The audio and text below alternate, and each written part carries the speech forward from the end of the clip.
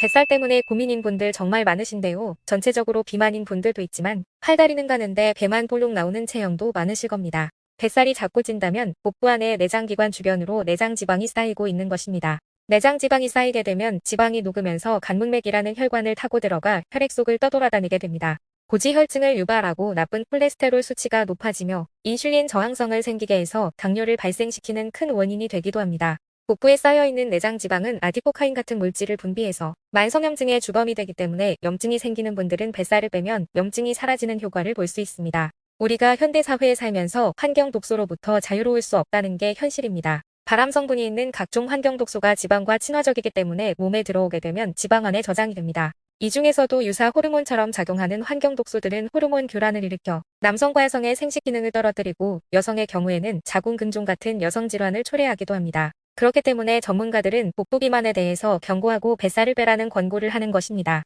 그래서 이번 시간에는 굶지 않고 내장 지방을 가장 빠르게 뺄 수 있는 내장 지방 다이어트 방법들을 함께 알아보겠습니다.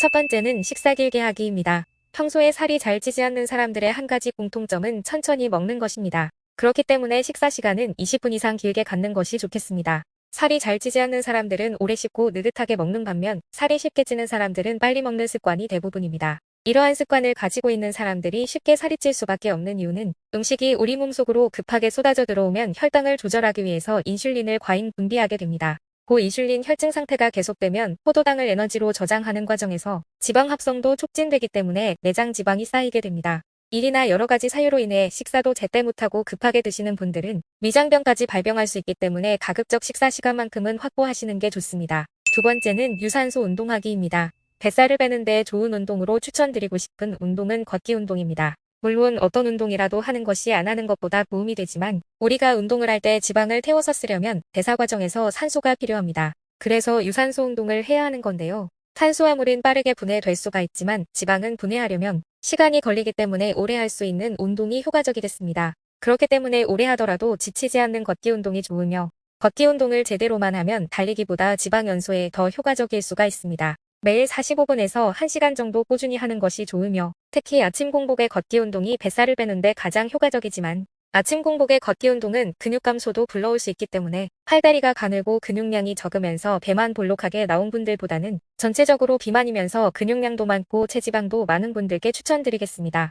세 번째는 현미밥 먹기입니다. 한국인의 주식인 흰쌀밥은 다이어트에 악영향을 끼치는 요소 중 하나이며 큰 비중을 차지하고 있습니다. 주식을 흰쌀밥에서 현미밥으로 바꾸는 것만으로도 뱃살 감량에 큰 효과가 있습니다. 백미와 현미의 칼로리는 크게 차이가 없지만 흰쌀밥의 혈당지수는 70이며 현미밥의 혈당지수는 55로 현미밥의 혈당지수가 흰쌀밥보다 현저히 낮다는 것을 알 수가 있습니다. 뿐만 아니라 현미밥은 보들보들한 식감이 있기 때문에 자연스럽게 오래 씹어 먹게 되면서 식사 시간이 길어지게 하는 장점이 있습니다.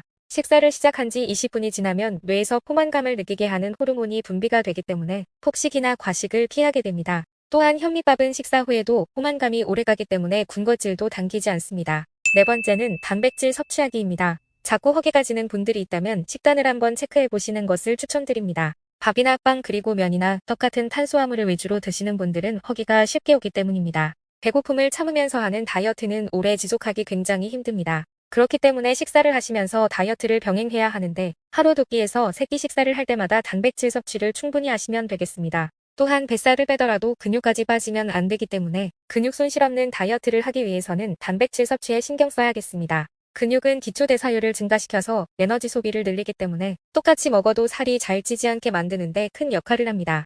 다섯 번째는 밥량 줄이기입니다. 뱃살을 빼기 위해서는 밥을 적게 드시고 반찬을 다양하게 먹는 것이 좋습니다. 밥 한 공기를 다 먹지 말고 반 공기로 줄이시고 단백질이나 해조류, 섬유질 가득한 채소 위주의 반찬을 골고루 섭취하는 것이 좋은데 이렇게 식사를 하게 되면 다이어트를 하는 과정에서 변비가 생기거나 영양결핍으로 인한 탈모, 피부 노화 같은 부작용이 일어날 가능성이 없게 됩니다. 오히려 각종 비타민과 미네랄 같은 충분한 영양을 섭취함으로써 대사 과정에 도움이 되기 때문에 뱃살은 빠지고 피부는 젊어지는 효과를 볼 수 있겠습니다. 다만 한 가지 주의할 점은 반찬만 먹어도 될 만큼 싱겁게 간을 해야 하겠습니다. 밥은 적게 먹으면서 반찬은 짜게 많이 먹으면 혈압이 올라갈 수가 있기 때문에 밥량을 줄이면서도 반찬 또한 조화롭게 균형을 맞추는 것이 중요하겠습니다. 여섯 번째는 물 마시기입니다. 우리 몸에서 노폐물이 빠져나갈 수 있는 방법은 땀과 대변, 그리고 소변입니다. 세 가지 모두 물이 있어야 가능한데 노폐물이 잘 빠져나가야 나쁜 것을 비우고 좋은 것을 채우면서 순환 과정이 원활해지게 됩니다. 물은 칼로리가 없지만 우리 몸이 물을 소화와 흡수,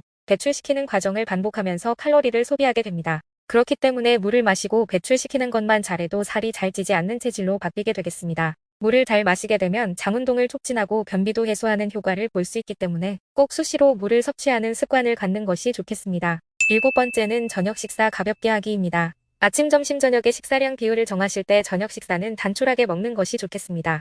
저녁에 기름지고 칼로리가 높은 음식과 음주는 뱃살이 늘어날 수 있는 최적의 조건입니다. 가급적 저녁 식사는 일찍 드시고 식사 후에 가벼운 산책이나 운동을 하는 습관은 뱃살을 빼기 위한 아주 좋은 습관이라 하겠습니다.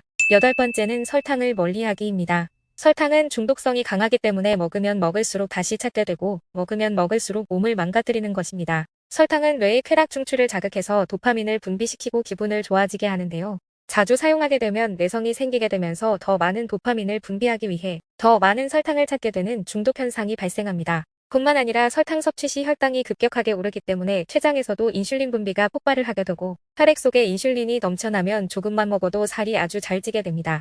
가공식품은 식품이 가공되는 과정에서 설탕이 얼마나 들어가는지 알 수 없기 때문에 모르고 먹는 경우가 훨씬 더 많습니다. 이렇게 모르고 먹는 설탕이 더 많기 때문에 특히 가공식품 섭취는 피하는 것이 좋으며 요리를 할 때는 설탕 사용을 최대한 줄이는 것이 좋겠습니다.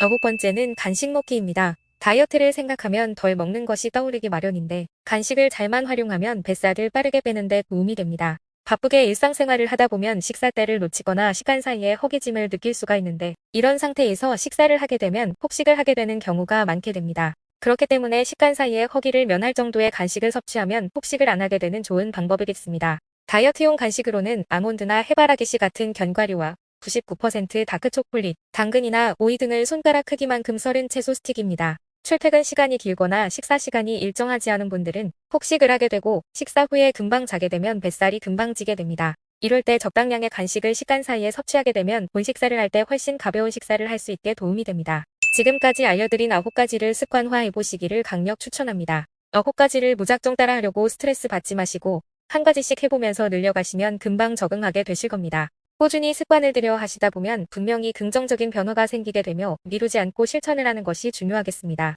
숙제로 생각하지 마시고 나 자신의 건강을 위한 매뉴얼이 되길 바라겠습니다. 오늘은 여기까지입니다.